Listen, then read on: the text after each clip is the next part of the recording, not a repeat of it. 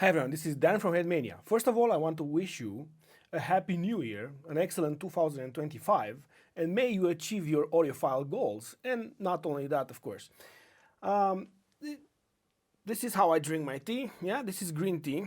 And for the people that say that they're not fan of green teas, I actually already drank my coffee. So I heard that coffee is also beneficial for your health, and I said, okay, I like coffee. Why not continue with having my coffee in the morning?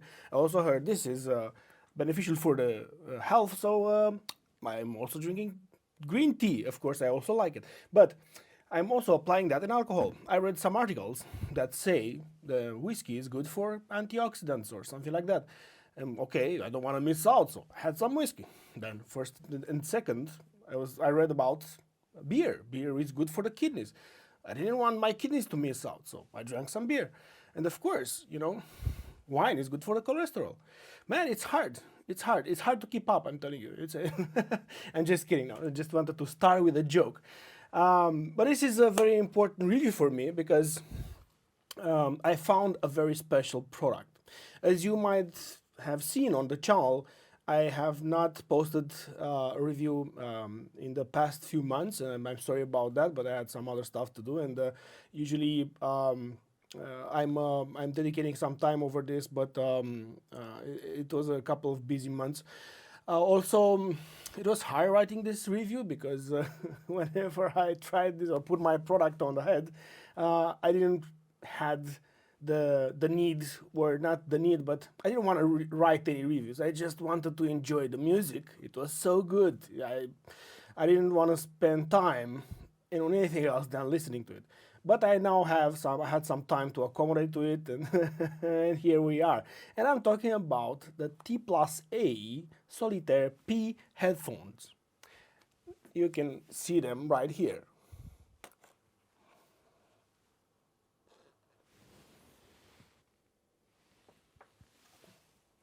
Yeah, so how did I find these headphones?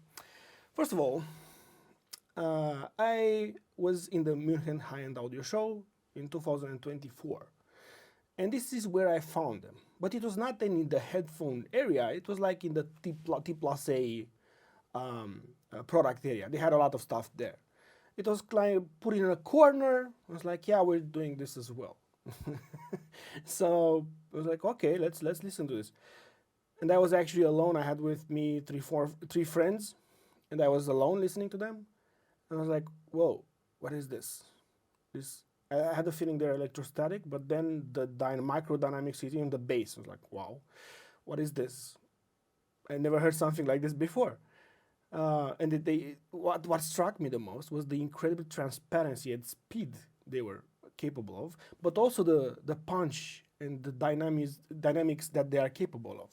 Because that usually when you have electrostats, you usually kind of lose in the bass sector and the macro dynamic sector, from my experience, even with the best ones, with the exception of Sennheiser HE1. Give me a break, $70,000.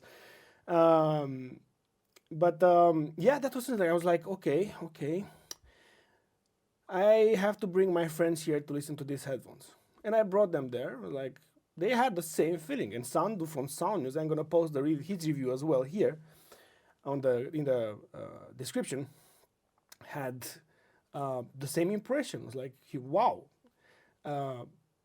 Needless to say, after a while, we both ended up buying these headphones because they're so good. They're so good. But what is interesting is that, of course, again, it was like just in the T+A booth in a corner. It was like, we're doing this as well, right? It was not in the headphones sector. It doesn't seem they applied a lot of marketing here. Maybe they let the products speak for themselves. But I found something interesting because this product has been launched for, I think, 4 years or more than that, 2020, I believe.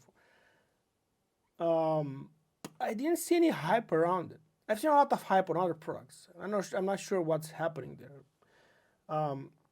But it is the first time when I see a product so good that it totally took me by surprise, right? I've read some reviews, but I didn't expect them to be this level. I mean, I'm gonna talk about the level they're at, but let's just say I think they're in the same ballpark with HE1 from Sennheiser. Yeah, those $70,000 headphones. Yeah, and I had them for many months now.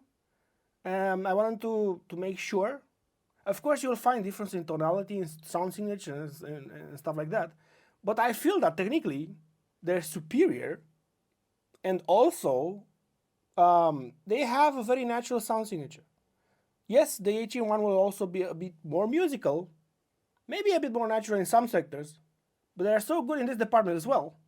Combined with the technicalities, with more detail, more control, more bass, better bass, I think they're better. We're actually in the same ballpark because I'm subjective, right? That's an achievement. The fact that nobody is talking about them at this level was like, okay, maybe I have achieved a special type of system matching. So yeah, let's talk about the system. As you may know, I'm a big fan of Rogna DACs, and I had the Rogna Wavelight R2R DAC for many years now. But and I also tested the headphones with that. But since December, I actually have the reference, the Wave Dream signature reference from Rogna. Rogna didn't even publish yet the details of the specs for this DAC, but it's kind of their statement product. And I have to say, it is amazing. And I'm gonna do a separate review about this, but it's a product that it's already showing like a state of the art. It became art with this engineering. So it's art through engineering, right? It sounds amazing, and the interesting part is that I have seen these headphones scale with this DAC. The DAC showed the amazing scaling capabilities of these headphones, and the headphones showed the amazing capabilities of the DAC. Of course, let's not forget about the Holo Bliss KDE, which I think it's an amazing match for the T+A Solitaire P. It's not the most powerful amplifier, as I mentioned in a previous review. I think for Susvara, Hifiman Susvara, you have better options for maximizing the dynamism of those headphones. But for this headphone, it's amazing. You have a lot of headroom left. You do need some power with these headphones, and you also need a good clean amplifier to make it shine. Of course, the DAC as well. And the Bliss is doing an amazing job with that. I think it sounds like exactly as it should. It increases the transparency of the. I mean, it not increases, but it plays out on the strength of the headphones, like transparency, speed, dynamics, and natural sound. And of course, the DAC as well. It's what I want to say is that your system is important because these headphones are so good. You'll need a reference system to make them shine, right? They're not the most power-hungry headphones out there, but they do require power and a clean and good system. So bear that in mind. Let's talk about the design of the headphones. As you can see here, yes, they do have grills. I'm looking at you, Hifiman. Yeah, what's that about? Yeah, let's start with a bit of a rant. Because, yeah, so these guys who have these headphones in the back of their booth do an amazing job with the headphones in such a way that they are competing with the most expensive headphone in the world, right? And we have other, I mean, this producers of headphones like Hifiman, which what are they saying? Okay, the grills are impeding our sound. Yeah, of course, acoustics. So we're going to stop innovating in that department, and we're going to remove the grills and make our jobs easier and make the customer pay more for it. Yeah, at his risk, by the way, because it is risky not to have grills on the headphones. You have kids? Do you have kids? No? Ah, okay. So, what are you doing, Hifiman? You know that the headphone headband induces some distortions in the headphones. What's next? Removing the headband? Oh, come on. And yeah, by the way, these grills are amazingly done. I actually don't think they're impeding the sound at all. I actually put my hands over them. Doesn't seem to affect them much. So they solved this problem? Maybe? Without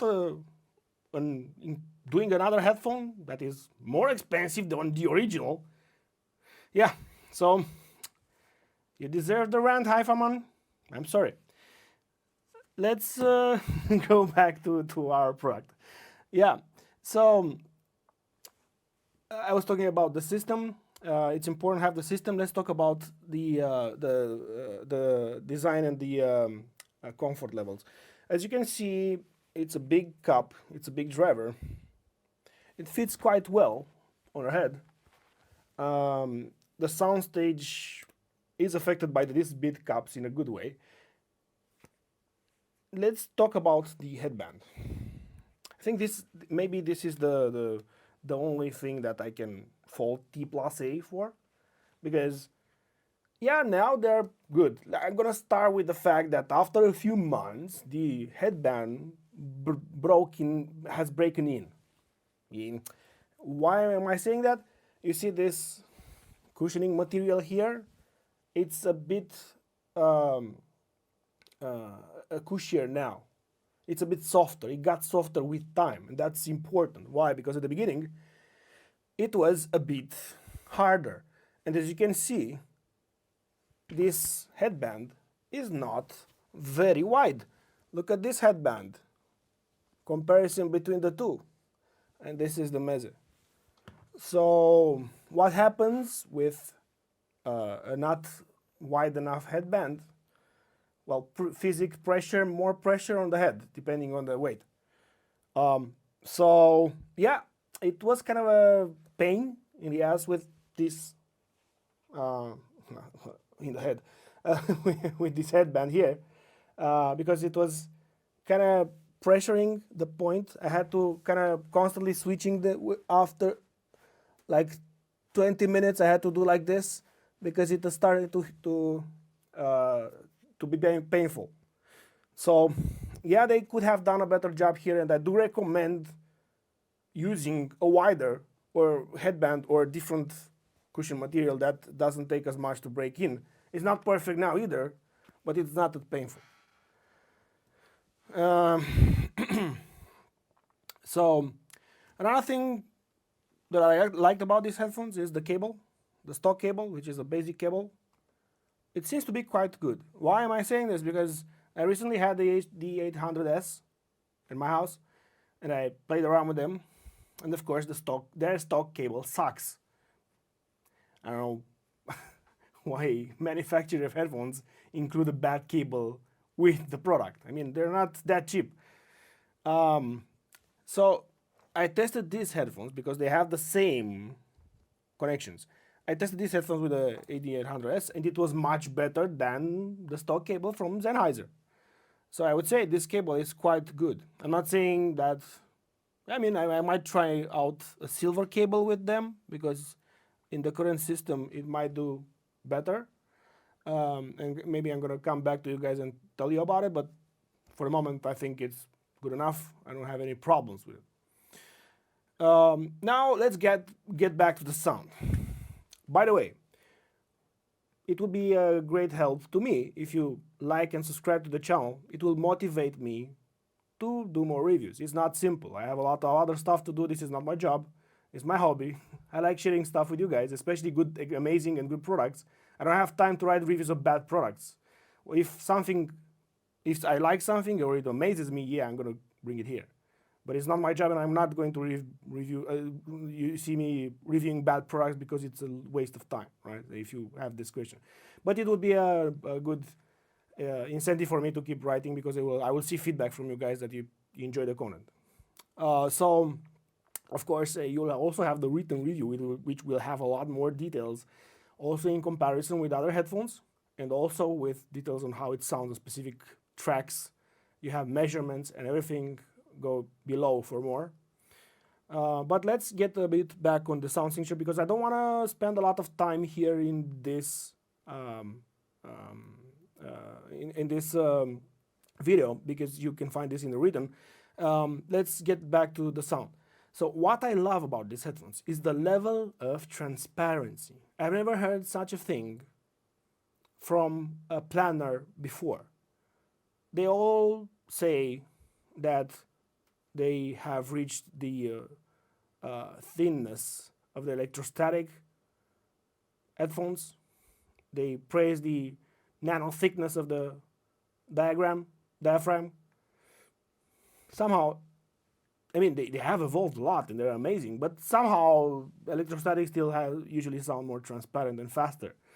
Of course, the Planars have the added benefit of better bass, more meatier sound and stuff like that, which I actually prefer in the end to the electrostatics.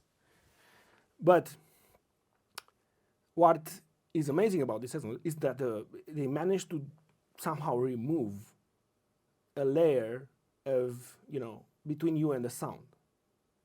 It is amazingly transparent as an electrostatic headphone with the benefits of having an amazing macro and micro dynamics and an amazing bass. So most headphones have, they have they have magnets on both. Most Planar headphones have magnets on both sides of the driver. In this case, they managed to put it only on one side. And I know it's already out there. For example, in Hifiman headphones, one single-sided magnet headphones sound worse than the double-sided because they have much better control and detail. I don't know how they managed to do it, but with single-sided magnets, they managed to keep the amazing precision and detail and control, and they left the part of the driver that goes through the direction with your ear empty. So basically you have like nothing between the driver and your ear, and that's probably an important thing here. I'm not saying that's the only thing, but it appears to matter. So that's, I think, one of the most important things about the sound here. Let's go to the dynamics. Man, these headphones are amazing in macro, but also micro.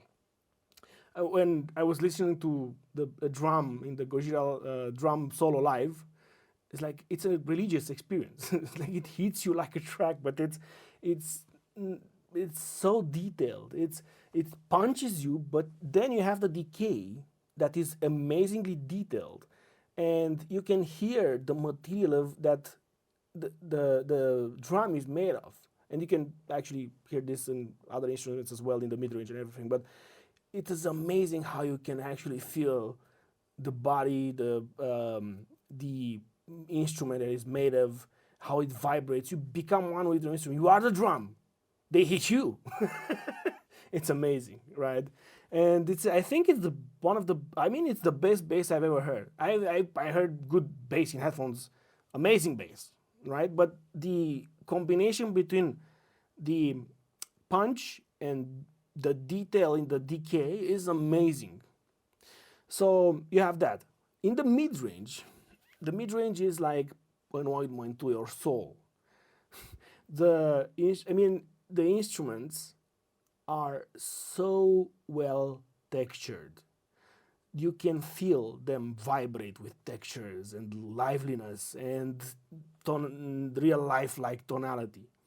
Vocals are like being in the room with you. Sometimes it's like singing directly in your ear. I was making fun with some of my friends. It was like listening to some vocals. It's like, I wipe my face afterwards because they spat on me. So close to the music. I'm just kidding, but you can feel their breath.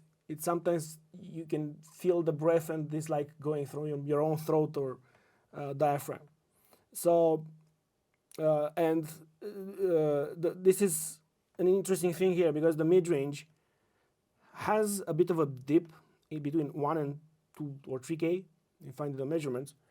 For example, these headphones don't, right? It's interesting how you can do that without making them sound shouty, because usually you can have if it's a bigger dip than it should be in that area, it will take away from the presence, from the detail, from the fun of the headphones and everything. This managed to keep them quite linear in that area without making them shouty. It was quite musical, and the Solitaire P managed to keep the dip as not as recessed as to affect the music in a bad way. It actually helps with the fact that it's a bit of a laid-back signature that helps with the soundstage, the holography of the soundstage. It puts the vocals a bit more in the back, but they sound amazingly lively, present, without any loss here. It's not in your face, however, you can still feel the breath. You can still feel like they're singing over you, as mentioned before, but they were placed in the soundstage very well around the instruments, right? So it's a good thing here. The treble, let's say they're not the best in this area. Electrostatic, for example, I would say they're better in a treble region than the Solitaire P. You can see in the measurement that they have like a dip around 8K or in the peak around 9. I didn't feel that too much in the listening experience. Didn't bother me at all. It might be an artifact from the mini DSP ears because it's not a professional unit. Might get one at one point, but not now. So yeah, that's the treble is good. It is good. I actually prefer this treble to the Susvara, for example, or Hifiman in general, because it's too much there, right? Some people might prefer the treble in Hifimans over this one. It's basically, it's still sparkly. It has a route of details. I don't think it's harsh. That's the good part for me, right? But let's say the lower treble does a good job. But it's not something that it's presents that as you have with electrostats. Even the treble is tactile. It's not that with the T+A, but it's good, right? Let's go to the soundstage. The soundstage, I think, is the best soundstage I've ever heard. Why? It's the way. I mean, it's a huge soundstage first of all, but it's natural. It's natural, and the holography and the instrument placements and everything is amazingly natural. It comes to you in a very natural way. It's a lifelike experience. It's sometimes I have to check if I have my headphones on, and if not, if the speakers are not turned on. It's yeah, I don't think you can see them. You're behind the system. But this is a Martin Logan ESL 11A. But yeah, it is an amazing soundstage. And I would say that I don't think I've ever heard something like that. I prefer it to AG800, due to Elite and everything. Because it's, again, very lifelike. It feels like you are there. You feel like you don't have headphones on your head. It also probably helps. The transparency also helps. Let's talk about the details now. The details are abundant, but in a very interesting way, in terms of they're not actually hitting you in the face. Nothing is thrown at you in an unnatural manner. The details flow in a natural way, and you have a ton of information there. It was not apparent to me, and I took it for granted. When switching to other headphones, I realized how much information I had before. And I would say that they're even, or in the same ballpark with Susvara. And in some cases, I would say I can hear the instruments better because the holography and the soundstage is better, so they have more space in between them, somehow. What else? Oh, okay, speed. the transients. The transients are explosive with an amazing attack. You can feel the life of the instrument. It vibrates, it explodes.